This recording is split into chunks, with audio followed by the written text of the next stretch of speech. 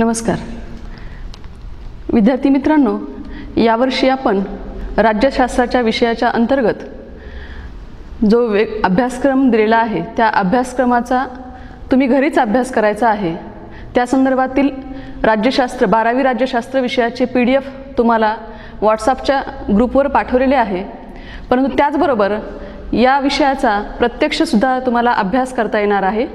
जरी तुम्हाला सध्याच्या काळामध्ये कॉलेजला येता येत नसलं किंवा घराच्या बाहेर पडता येत नसलं तरी तुम्ही घरी सुद्धा सुरक्षित राहून आपला अभ्यास करू शकता आणि तुमचं शिक्षणामध्ये तुमच्या सातत्य ठेवू शकता। त्यामुळे घरीच राहा, काळजी घ्या आणि सुरक्षित राहा। आपण बघितलं विद्यार्थी मित्रांनो, 11वीला असताना आपण बघितलं की 11वीला तुमचा राज्यशास्त्राचा अभ्यासक्रम बदललेला होता आणि 11वीला आपण राज्यशास्त्राच्या ज्या मूलभूत संकल्पना आहेत त्या मूलभूत संकल्पनांचा अभ्यास केला। त्याचबरोबर राज्यशास्त्रामध्ये आपण तुलनात्मक शासनाचा अभ्यास केला आणि या तुलनात्मक शासनाचा अभ्यास करत असताना जगातील जे प्रमुख देश आहेत त्या प्रमुख देशातील कार्यकारी मंडळ, कायदे मंडळ, न्याय मंडळ आणि तेथील जे प्रशासन आहे त्या प्रशासनाचा थोडक्यात अभ्यास केला। त्याचबरोबर सुशासन, लोकप्रशासन ह्या नवीन संकल्पनांचा सुद्धा आपण अभ्यास केला आहे, त्याची ओळख करून घेतलेली आहे।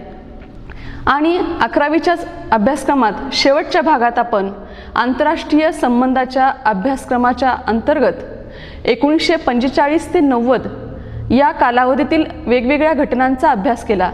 त्यामध्ये आपण पहिलं महायुद्ध थोडक्यात पाहिलं, त्यानंतर दुसरं महायुद्ध, राष्ट्रसंघाची स्थापना, संयुक्त राष्ट्रसंघाची स्थापना आणि मग रशिया द्विध्रुवी विश्वरचना, रशियाचं विघटन, अशा अनेक गोष्टींचा आपण अभ्यास केला आहे। आपण पाहतोय यावर्षी म्हणजे इयत्ता 12वीचा अभ्यासक्रम सुद्धा बदललेला आहे आणि 12वीच्या अभ्यासक्रमामध्ये आपल्याला प्रामुख्याने जिथं आपण 11वीला थांबलो होतो त्याच्यानंतरचा अभ्यास करायचा आहे। म्हणजेच रशियाचं विघटन झाल्यानंतर ज्या काही घटना आणि घडामोडी आंतरराष्ट्रीय राजकारणात घडल्या, त्याचबरोबर त्याचा भारतीय व्यवस्थेवर काय परिणाम झाला, भारतीय राजकारणावर आणि आंतरराष्ट्रीय राजकारणावर काय परिणाम झाला, या घटकांचा आपण या वर्षी अभ्यास करणार आहोत। तर सर्वप्रथम म्हणजे या वर्षीच्या अभ्यासक्रमात तुम्हाला 1991 नंतरचे जग, तसेच सुशासन, लोकप्रशासन, भारताच्या राष्ट्रीय ऐक्यासमोरील वेगवेगळ्या ज्या समस्या आहेत त्या समस्या, तसेच वेगवेगळ्या ज्या मानवी समस्या आहेत त्या स्त्रियांचे प्रश्न असतील, गरिबी असेल, दारिद्र्य असेल, दहशतवाद असेल, अशा काही घटकांचा तसेच पर्यावरणाचा अभ्यास आपल्याला करावयाचा आहे। आणि या अभ्यासक्रमाच्या अंतर्गत पहिला जो आपला पाठ आहे, पहिलं जे प्रकरण आहे ते म्हणजे 1991 नंतरचे जग। ह्या 1991 नंतरच्या जगामध्ये प्रामुख्याने काय घडलं याचा आपल्याला या पहिल्या प्रकरणात अभ्यास करायचा आहे। तर त्यामध्ये ज्या महत्त्वाच्या घटना घडलेल्या आहेत पहिल्या महायुद्धाच्या 1991च्या नंतर म्हणजेच रशियाच्या विघटनानंतर ज्या महत्त्वाच्या घटना घडामोडी घडल्या त्याचा आपला अभ्यास करायचा आहे। त्यामध्ये सर्वप्रथम जी पहिली घटना आहे ती म्हणजे शीतयुद्धाचा शेवट आणि नव्या राष्ट्रांचा उदय, ह्या पहिल्या घटनेचा आपल्याला अभ्यास करायचा आहे।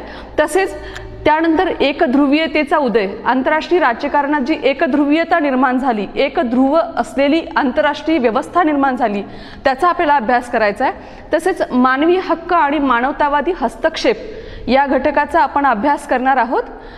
तसेच नवीन म्हणजे आधुनिक राजकारणामध्ये आंतरराष्ट्रीय लेवलवर ज्या सर्व देशांना, जगातील जे विविध देश आहेत, जे विविध राज्य आहेत, त्या सर्वांना जो महत्त्वाचा प्रश्न भेडसावत आहे तो म्हणजे दहशतवादाचा।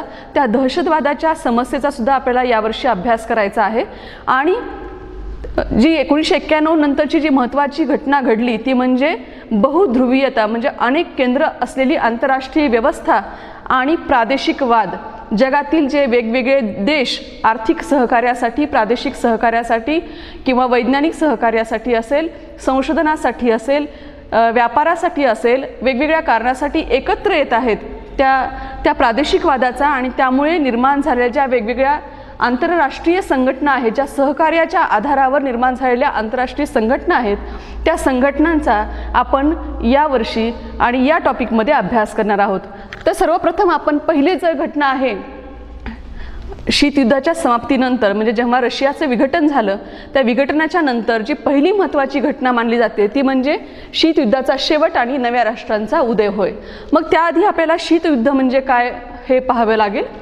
तर आपल्याला माहिती की शीतयुद्धाचा आपण काही प्रमाणात अभ्यास 11वीला असताना केलेला आहे. तर शीतयुद्ध म्हणजे दोन राष्ट्रांमधील किंवा अनेक राष्ट्रांमधील प्रत्यक्ष युद्ध न होता युद्ध सदृश्य परिस्थिती कायम असणं म्हणजे आपण शीतयुद्ध म्हणू शकतो. म्हणजे शीतयुद्धामध्ये आता युद्ध होतं की काय अशी परिस्थिती निर्माण झालेली असते, परंतु युद्ध होत नाही. मात्र आता युद्धाला नक्कीच सुरुवात होती की काय असे ताणतणावाची परिस्थिती प्रसंग निर्माण झालेले असतात आणि जे परस्पर विरोधी राष्ट्र असतात ते एकमेकावर वेगवेगळ्या प्रकारे आरोप करतात. त्यामध्ये ते मीडियाचा वापर करतात. तसेच त्यांचे जे हस्तक राष्ट्र आहेत, त्यांचे जे सदस्य राष्ट्र आहेत किंवा त्यांच्या गटातील जे राष्ट्र आहेत त्या राष्ट्राच्या माध्यमातून हा संघर्ष वाढवण्याचा प्रयत्न केला जातो. मात्र ही जी महत्त्वाची जी दोन राष्ट्र असतात त्या दोन राष्ट्रांमध्ये प्रत्यक्ष युद्ध कधीच होत नाही. मात्र युद्धाची परिस्थिती सतत असते. म्हणूनच मग शीतयुद्ध म्हणजे दोन विचारप्रणाली, दोन जीवन पद्धती, दोन गट, दोन राज्य किंवा दोन व्यक्तीमधील दृढ संघर्ष म्हणजे शीतयुद्ध होय असं आपण म्हणू शकतो. आणि मग ह्या शीतयुद्धामुळे म्हणजे 1945ला जेव्हा दुसरं महायुद्ध संपलं त्या दुसऱ्या महायुद्धाच्या नंतर युरोपचं जे विभाजन झालं, पूर्व युरोप आणि पश्चिम युरोप अशा प्रकारचं विभाजन झालं आणि पूर्व युरोपवर रशियाचं वर्चस्व प्रस्थापित झालं. तर पश्चिम युरोपचा भाग हा अमेरिका असेल, ब्रिटन असेल, त्याचबरोबर फ्रान्स असेल यांच्या वर्चस्वाखाली गेलेला आपण बघतो आणि त्यांच्यात ह्या युरोपचं विभाजन झालेलं आहे. आणि मग ह्या युरोपच्या विभाजनावरूनच दोन महासत्तांमध्ये म्हणजेच अमेरिका आणि रशिया या दोन्ही महासत्तांमध्ये जो संघर्ष निर्माण झाला या संघर्षाचंच वर्णन किंवा या संघर्षालाच आपण शीतयुद्ध असे नाव दिलेलं आहे. दुसऱ्या महायुद्धानंतर युनायटेड किंगडम हे सुद्धा जे ते राष्ट्र असून सुद्धा ते उद्ध्वस्त झाले होते. आणि मग दुसऱ्या महायुद्धानंतर अमेरिका आणि सोव्हिएत युनियन हे दोनच सत्ता किंवा हे दोन राष्ट्र प्रभावी असलेले आपल्याला दिसून येतात.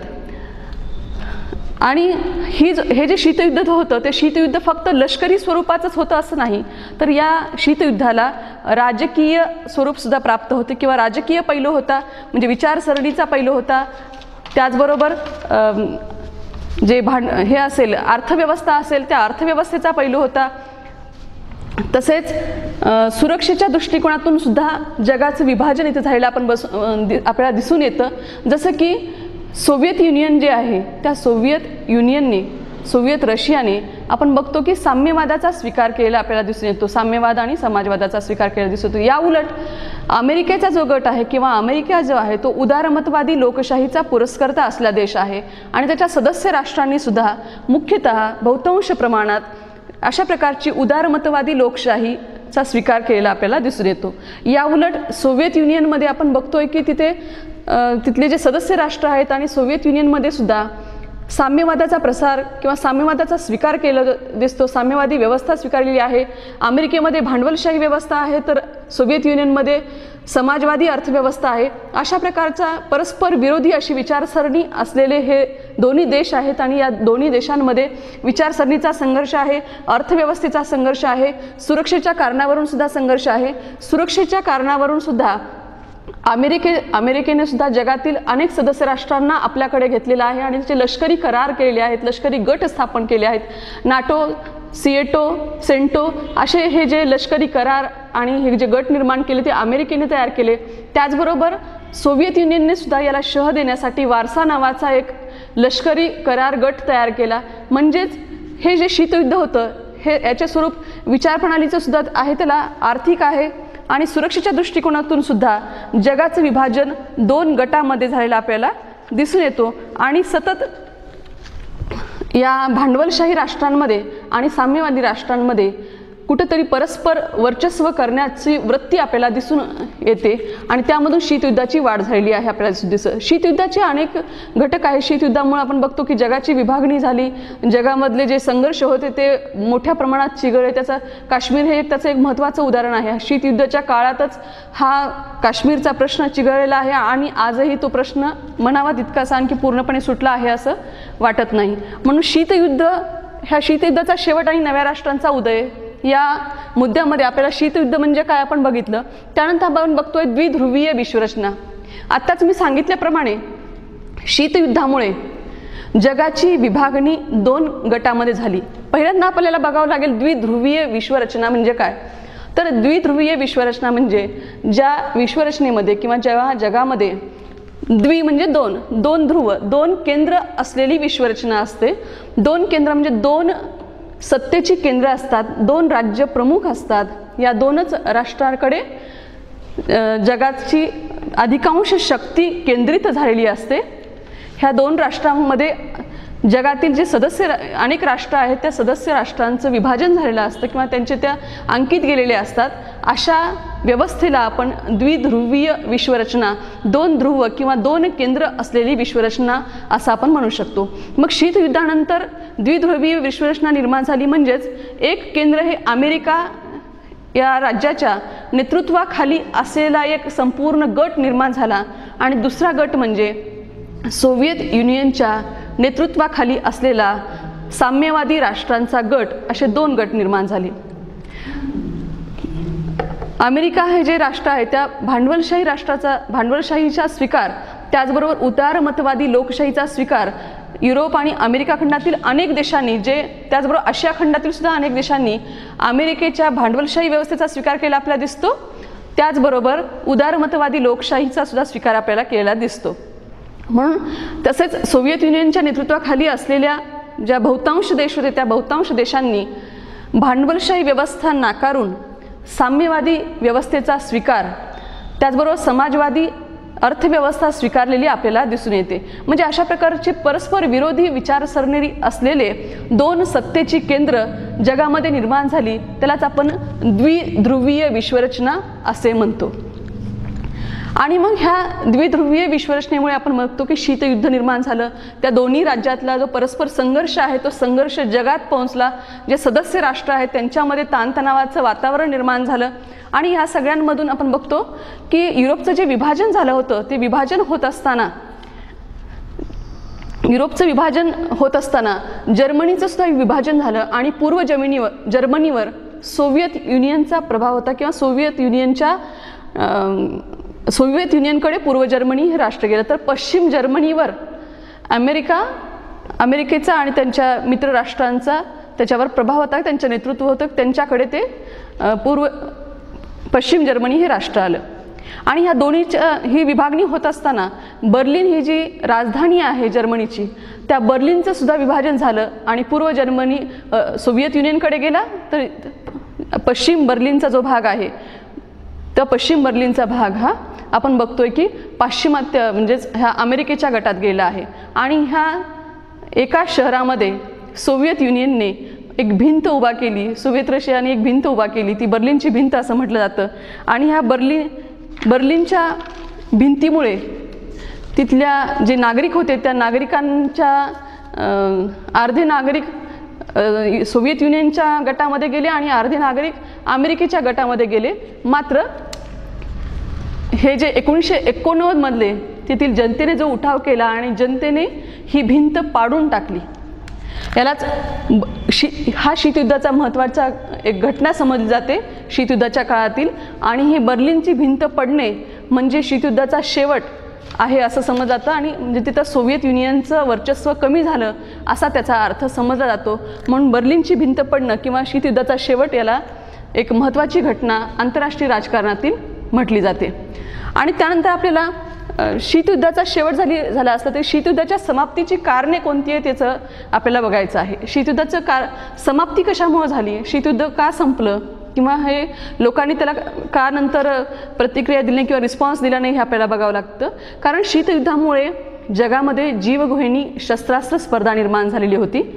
अमेरिका आणि सोव्हिएत रशिया या एक दुसऱ्यावर प्रभाव पाडण्याची त्यांची जी कृती होती आणि त्यामुळे जगातील इतर राष्ट्रांना आपल्या गटात त्यांनी खेचलं होतं.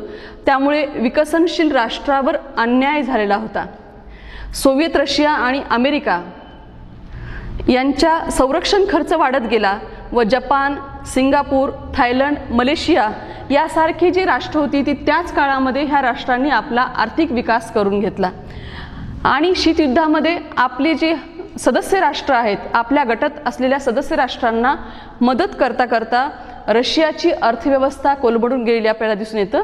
तसेच जे शस्त्रस्पर्धा होती अमेरिका आणि सोव्हिएत रशियामध्ये जी शस्त्रस्पर्धा होती, त्या शस्त्रास्त्र स्पर्धेमुळे सोव्हिएत रशिया ह्या शस्त्रास्त्र स्पर्धेमध्ये कुठेतरी मागे पडला आणि त्याच काळात रशियाचे अध्यक्ष मिखाईल गोर्बाचोव यांनी ग्लासनोस्त आणि पेरिस्ट्रोइका या धोरणाचा स्वीकार केला आणि त्यामुळे 1991 साली रशियाचे विघटन होऊन 15 सार्वभौम राज्यांची निर्मिती झाली. म्हणजे सोव्हिएत रशियाचं विघटन झालं आणि 15 सार्वभौम राज्यांची निर्मिती झाली आणि या ठिकाणी सोव्हिएत रशियाचं विभाजन झाल्यामुळे अमेरिकेला शह देणारी एक महासत्ता जगात अस्तित्वात उरली नाही आणि त्यामुळे शीतयुद्धाचा शेवट झाला असं आपण इथं म्हणू शकतो. म्हणजे रशियाचं विघटन म्हणजेच शीतयुद्धाचा शेवट असं आपण म्हणू शकतो.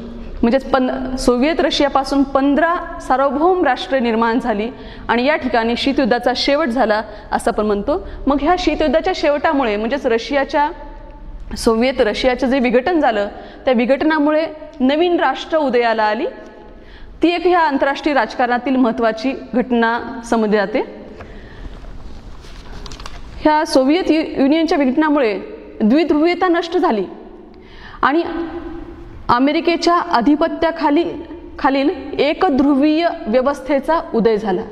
कारण एकध्रुवीय व्यवस्था का निर्माण झाली? कारण अमेरिकेला शह देणारी दुसरी महासत्ता जगात उरली नाही. सोव्हिएत रशियाचं विघटन झालं आणि त्यामुळे अमेरिकेची लष्करी शक्ती असेल किंवा संरक्षक शक्ती असेल, या सर्वांमध्ये आर्थिक शक्ती असेल, या सर्वांमध्ये अमेरिकेचं वर्चस्व वाढलं व अमेरिकेच्या आधिपत्याखालील एकध्रुवीय व्यवस्था अस्तित्वात आली. आणि मग पूर्व युरोपातील अनेक राज्यांनी याच काळात आपल्याला अधिक स्वातंत्र्य पाहिजे, वैयक्तिक स्वातंत्र्य पाहिजे, राजकीय स्वातंत्र्य पाहिजे, त्याचबरोबर आर्थिक स्थैर्य हवं, यासाठी साम्यवादी अर्थव्यवस्था नाकारून भांडवलशाही अर्थव्यवस्था स्वीकारली आणि तसेच उदारमतवादी लोकशाहीचा स्वीकार केला आणि नवीन राष्ट्रांची निर्मिती झालेली आपल्याला या ठिकाणी दिसून येते. त्याचं जर उदाहरण घ्यायचं असेल तर चेकोस्लोवाकिया या राष्ट्राचे विभाजन होऊन चेक गणराज्य व स्लाव गणराज्य निर्माण झाले. तसेच युगोस्लावियाचे विभाजन होऊन सर्बिया, बोल्व्हिया, क्रोएशिया, स्लोवेनिया इत्यादी राष्ट्र निर्माण झाली. सोव्हिएट रशियाचे विघटन होऊन 15 सार्वभौम राष्ट्र निर्माण झाली. ती म्हणजे Russia, Ukraine, Belarus, Azerbaijan, Moldova, Armenia, Estonia, Latvia, Lithuania, Georgia, Tajikistan, Kyrgyzstan, Uzbekistan, Turkmenistan, Kazakhstan ही ती 15 राष्ट्र होत. या संदर्भातील जर तुम्हाला आणखी माहिती पाहिजे असेल तर आपण जे आपल्या ग्रुपवर जे PDF पाठवलेलं आहे राज्यशास्त्राचं, त्या ठिकाणी तुम्हाला या संदर्भातला जो नकाशा आहे तो नकाशा मिळून जाईल. त्या ठिकाणी तुम्हाला ह्या सर्व राष्ट्रांची माहिती मिळू शकेल. त्याचबरोबर युरोपमध्येच नव्हे तर बाकीही ठिकाणी वेगवेगळी राष्ट्र स्वतंत्र झाली. त्यामध्ये पूर्व तिमोर इंडोनेशियापासून, तसेच इथिओपियापासून एरिट्रिया हे देश निर्माण झाला, तसेच सुदानपासून दक्षिण सुदान आणि सध्याच्या काळातही आपण बघतो अनेक राष्ट्र स्वातंत्र्य प्राप्तीच्या दिशेने त्यांची मागणी आहे. त्यामध्ये रशियामधून चेचेन्याची मागणी आहे, तसेच सर्बियामधून कोसोवो आहे, स्पेनमध्ये कॅटलोनियम आहे. आणि अशा प्रकारे ह्या 1991च्या नंतर आपण बघतोय शीतयुद्धाचा शेवट झाला, सोव्हिएत रशियाचं विघटन झालं आणि त्यानंतर अनेक नवीन राष्ट्रांचा उदय झाला. अशा प्रकारची एक महत्त्वाची घटना 1991 नंतरच्या जगात झालेली आपल्याला दिसून येते.